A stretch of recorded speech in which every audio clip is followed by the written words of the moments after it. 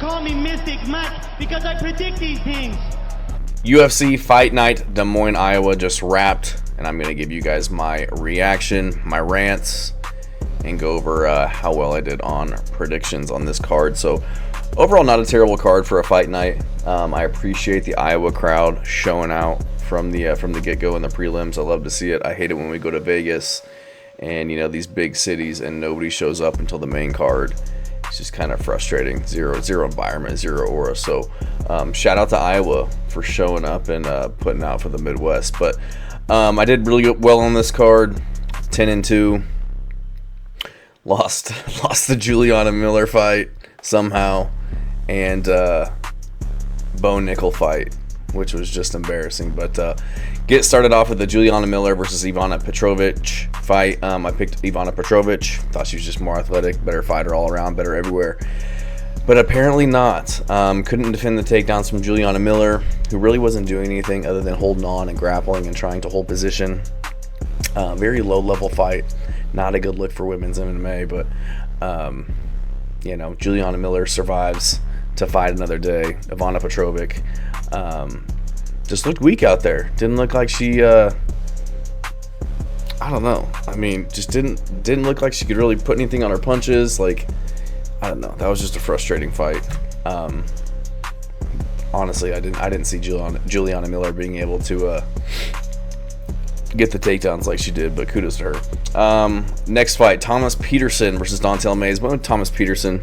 Just thought he was the more athletic guy, stronger guy, better wrestler, could dictate where the fight took place, more power in the feet.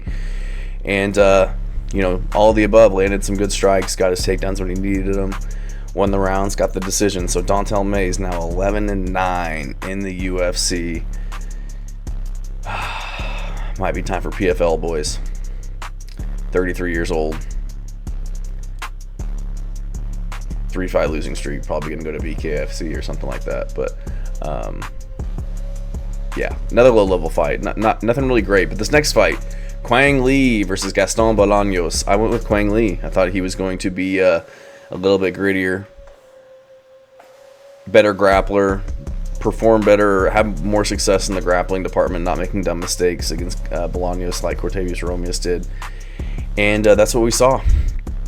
Far better grappler, ended up getting the rear naked choke, getting the finish over Gaston Bolaños. So great performance by him. It was a good dog. I had a lot of good dog picks on this card, and that was one of them. Moving on, Jillian Robertson versus Marina Rodriguez. I had Jillian Robertson. I just thought she was going to be, the better grappler. She, her hands were looking better every time we saw her. Marina Rodriguez, her and her fight with Verna Jandiroba, she got taken down once per round and was controlled for probably 14 minutes of that fight. And that's kind of how I saw this one going. But Jillian Robertson gets the takedown in round 2 and gets the TKO from back control. Marina Rodriguez retires. So she had a good career. She's very talented, but very lacking in the ground game component. So I feel like that was kind of an easy pick in that one. Next up, Azamat Bekaev versus Ryan Loder. I went with Bekaev. Just felt like he could nullify Loder's wrestling. He's very one-dimensional. Grappler with wrestling, doesn't even have the best submission game. Just gets guys on the ground, controls them. That's how he wins. Just very low level fighter. And Bekaev's just much more well rounded. Has tons of power on the feet. Can finish anywhere. Submissions, ground and pound, punches on the feet. Just had more ways to win. More experienced, and just as good, if not better, than what Ryan Loder does the best. And got it done. First round knockout. So good performance by him. Yana Santos versus Miesha Tate. This is another one of my good dog picks. Picked Yana Santos. I just thought she'd be able to defend the takedowns and pick apart Miesha Tate on the feet, and that's kind of what she did. Miesha Tate was just getting up there in age. Didn't look the best against Lauren Murphy. Couldn't really get her down. Was able to get down Avila, was that her name, in her last fight, but I don't really rate her that well. I don't think Julia Avila is as good as Yana Santos, and Yana Santos looked the best that she's ever had in her last fight with Chelsea Chandler. So I thought she'd be able to keep it standing and win the striking engagements, and that's what happened. So really good performance by her. I don't know if Miesha Tate retires, but probably should at this point. If you're not able to get takedowns on Yana Santos, who's historically been kind of a bad grappler and doesn't have the best takedown defense, then might be time to hang him up. Mason Jones versus Jeremy Stephens. This was a fun fight. This is probably my favorite fight of the card. Mason Jones, extremely good. Very good stand-up. They were just battering legs, just shin to shin. It was hard to listen to, the impact these guys had, but they're both just tough as nails. Mason Jones, very talented on the feet. Was going tit for tat with Jeremy Stephens. He was getting hit though too. He got hit several times, nose busted up, eyes started to swell. And you could see, I think he won the first 2 rounds, but you could see in the 3rd round, he's like, okay, I'm not getting this dude out of here. He might catch me if I keep standing on the feet with him. So he started shooting good takedowns, timing them very well, getting Jeremy Stephens to the ground and winning the fight. So some people might call it boring. I call it being strategic and not a low IQ fighter that I'm sick of seeing in the UFC. So very good performance by Mason Jones. Very good performance by Jeremy Stephens. Hasn't been in the UFC since 2021. I don't think he's been done an MMA fight since 2022. So coming off out of the cage for 3 years. Granted, he wasn't BKFC and was doing really well, but 38 years old, been in the game for 20 years. Had a really good showing of himself. So I'm hoping the UFC brings him back, gives him another shot. Sergey Cedi versus Cameron Smotherman. I went with Sergey Cedi in this one. I just thought he'd be able to be a little bit crisper on the feet. Bigger guy, more range, faster. And that's kind of what we saw. He's got really good kicks. Cameron Smotherman just kind of a little bit more one-dimensional. More of just kind of a boxer, whereas Cedi, he's in and out. He's always on the balls of his feet, moving back and forth, up and down. And Smotherman kind of just plods, keeps his feet on the ground, looking to throw power shots. And Cedi just kind of outworked him on the feet and got the decision. So good performance by him, much better than his last performance against Garrett Armfield. I would argue that he lost that fight. But good way to bounce back, even though he technically won that fight. But got a really good performance over Cameron Smotherman in this one. Next up, Montel Jackson versus Daniel Marcos. I went with Montel Jackson. Just thought he'd be, I thought they'd be pretty even on the feet, but I would still give the edge to Jackson. Tons of power, very fast. He was going to be much bigger. I think he had a 3-inch height and 6-inch reach advantage over Daniel Marcos. Thought he'd be the better wrestler too. Wrestling was very 50-50 in this fight, if I remember correctly. But Montel Jackson was able to get some good takedowns. He got taken down himself, but got back up. But just kind of edged the rounds in this one. And got the unanimous decision. Next one, D-Rod, Daniel Rodriguez versus Santiago Ponzinibbio. Another underdog pick. I took D-Rod. I just thought his chin would hold up. It would hold up, and it wouldn't. Santiago's would crack before his, and that's kind of what happened. D-Rod won the first. You'd argue that Ponzinibbio won the second, and Daniel Rodriguez started to look like he was kind of fading, but he's always carrying that power. And Ponzinibbio just doesn't have the chin anymore, and he ended up catching him and getting him out of there. Ponzinibbio kind of protested the stoppage, but then fell face first into the cage. So it's like, come on, bro. Those are mutually exclusive. We can't be doing those. So, but good performance by Daniel Rodriguez. 38 years old, been kind of 50-50 lately. Cardio's still kind of a concern. He kind of gets sloppy out there. He had an opportunity to get Ponzinibbio out of there in the first.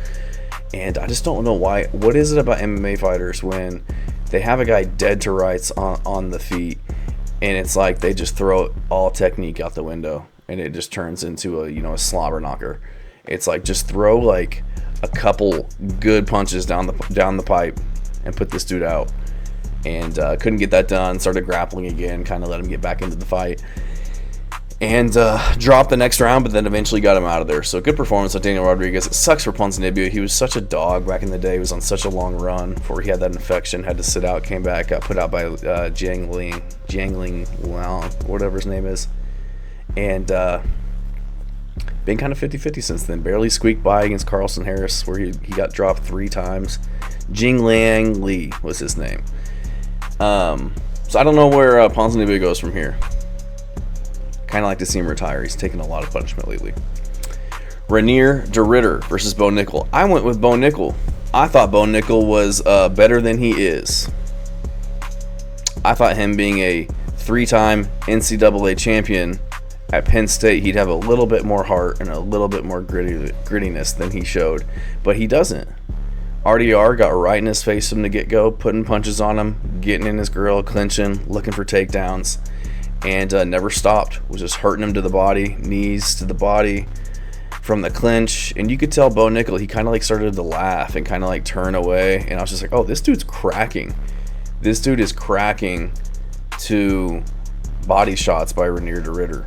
And then de Ridder lands a good knee and then another knee to the solar plexus. And Bo Nickel falls to the ground. They call the fight. And then he's immediately back up as if nothing happened. And it's like, dude, like, tons of people get hurt to the body, but they at least try to like cover up and survive and, you know, go to like a fetal position or a defensive position to try and, you know, get their bearings. And it was just kind of like he gave up, honestly. So I don't know where Bo Nickel goes from here. You had that lackluster fight last time against Paul Craig, and it's like, I get it, you're young, you know, you can keep this fight standing and potentially win it on the feet. There's no reason risking going to the ground with a guy who's tapped out Ankalaev and Jamal Hill. Like, that's not smart game planning. But you know, but won that fight. And going into this one, you know, seeing how Ranier de Ridder performed against Gerald Meerschaert, I thought Bo Nickel would just, you know, be able to keep it standing and, you know, beat him up on the feet. Thought he had more power, thought he'd be faster, more athletic. I knew that he'd be the smaller guy in terms of frame, but I didn't think that he'd kind of get out-muscled the way that he did. In the clinch, on the ground, you know, went for a guillotine. Like, why are you going for a guillotine? You know, you are a wrestler. Maybe you've got some jiu-jitsu, but you are not going to out-jiu-jitsu Ranier de Ridder, who's 6'4", a two-time ONE FC champion, and primarily a grappler. Like, why are you pulling guillotines on him? I don't get it. I don't understand why we do such stupid stuff. And it didn't work, shocker, and then he ends up putting you out. Just blows my mind, some of these decisions these guys make. So, Bo Nickel blew my parlay. I had an 11-pick parlay going that would have hit if Bo Nickel would have won. It was 12, but then Juliana Miller, you know, ended that in the first fight off the rip. But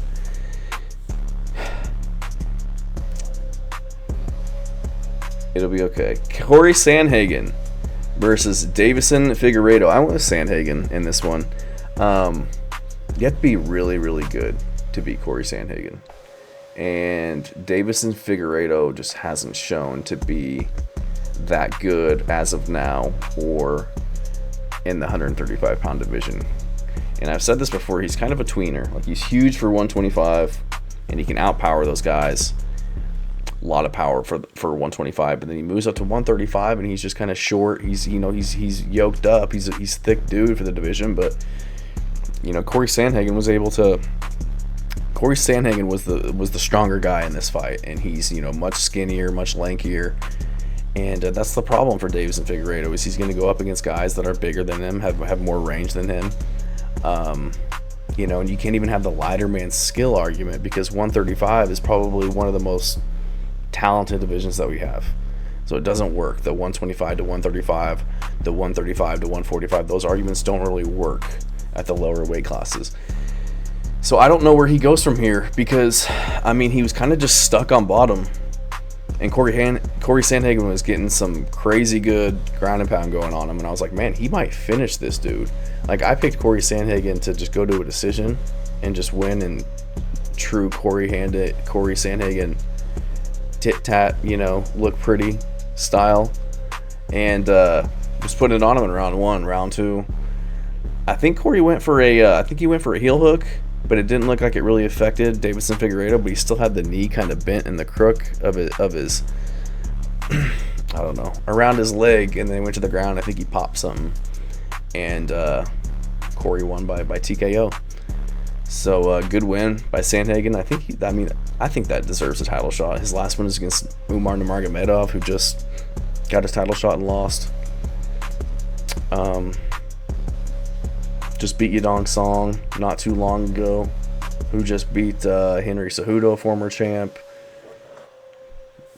Beat 125-pound champ. Only losses are two former champs, or Umar Nurmagomedov, Jamal Emmers.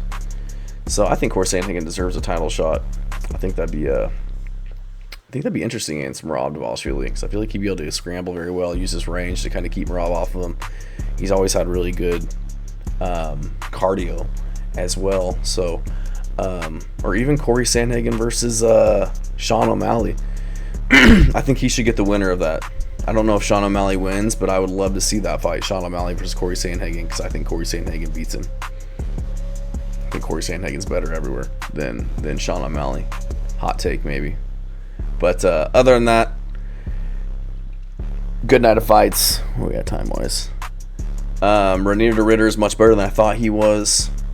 You know, taking Kevin Holland to the ground, TKO and Bo Nickel. I think he needs a real test going forward. Montel Jackson going to keep his winning streak going. I think he's in the rankings now, so give him a little bit better competition. Mason Jones, total threat at 155 pounds.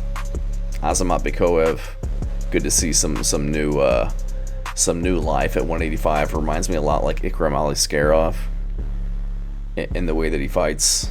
Jillian Robertson, she gets better every time we see her. Honestly, her hands are always improving. She's always, you know, an absolute demon on the mats in the grappling department. Quang Lee, underdog pick of the night. Dude's a savage. Got it done. Thomas Peterson. He looked, I didn't mention this, but he looked a lot trimmer in his fight than his last ones. Usually I'm just like, dude, like, lose some weight. Like, I know you're a heavyweight, but let's have some self-respect. Not go out there with a belly, dude. And he looked like he trimmed up a little bit. Looked like his cardio was a little bit better. So I'm glad to see that. I'm glad to see him get a win and bounce back from that Shamil Gaziev fight. And then Juliana Miller. I don't know what we do with Juliana Miller. Like,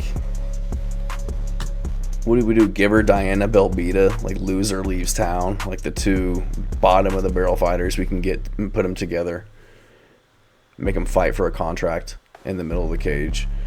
But other than that, decent night of fights. Next week we've got Bilal Muhammad versus JDM and Valentina Shevchenko versus Manon Fiorot, and that's going to be a good card, good pay-per-view in Canada. Looking forward to it. So appreciate you guys watching. Check out some of my videos. I think I've already dropped like 2 of them. One of them is all messed up, the audio. I did something wrong with the audio. It was a little too loud, but I had to fix my intro and everything because I deleted it off my computer somehow. But I think that messed up some of my settings. But thanks again for watching, guys. Appreciate all the support, new subscribers, comments I'm getting. Love interacting with you guys, and appreciate everything. Thanks. You can call me Mystic Mike because I predict these things.